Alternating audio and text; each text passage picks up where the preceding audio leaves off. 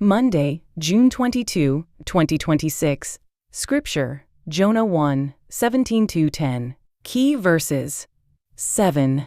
When my life was ebbing away, I remembered the Lord, and my prayer rose to you, to your holy temple.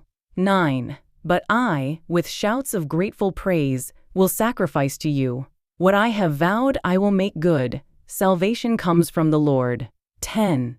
And the Lord commanded the fish, and it vomited Jonah onto dry land. Meditation. There is a difference between punishment and discipline. Punishment seeks to destroy an enemy. Discipline seeks to correct, teach, and restore. The famous story of the great fish that many of us heard as children is not a story of God's punishment upon Jonah. It is a story of God's discipline. God did not intend to destroy Jonah. He intended to bring him back. The storm and the great fish were not instruments of judgment.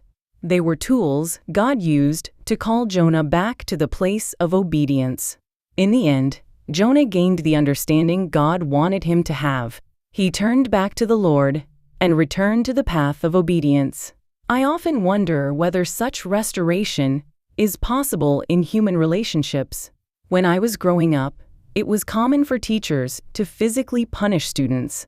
Some called it tough love, but looking back, much of it was driven more by anger and frustration than by genuine concern for growth. Today, society faces a different problem.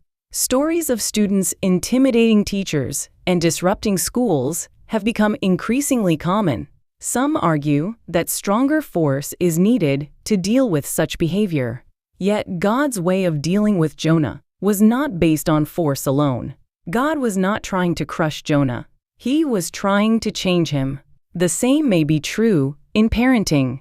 When children are young, parents can tell them to wash their hands, do their homework, or turn off YouTube and video games. But as children become adults, the situation changes.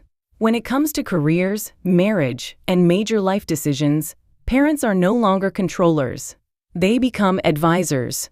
Human nature tends to choose the easier path. We often avoid difficult challenges, justify our choices, and postpone important decisions until circumstances force us to act.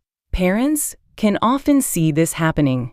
They want to warn, correct, and sometimes even make decisions on behalf of their children. But once children become adults, force no longer works. In many cases, it only creates greater distance.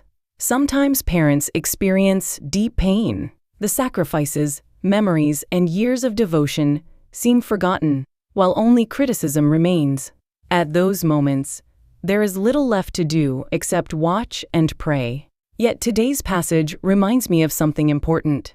God did not force Jonah onto the road to Nineveh. He allowed Jonah to board the ship to Tarshish. He allowed him to make his own choices. He even allowed him to experience the consequences of those choices. But he never gave up on him. In the storm, in the middle of the sea, and even inside the great fish, God continued to hold on to Jonah. Perhaps this is one of the greatest things a parent can do for an adult child. Not to force change, but to keep loving, not to drag them forward, but to leave the door open for their return, and to pray that God Himself will hold on to their soul. Today's passage reveals more than Jonah's failure. It reveals God's patience. I want to trust God more than my own anxiety about those I love. Just as God never gave up on Jonah, I believe He will continue to pursue and care for the people I love in His perfect time.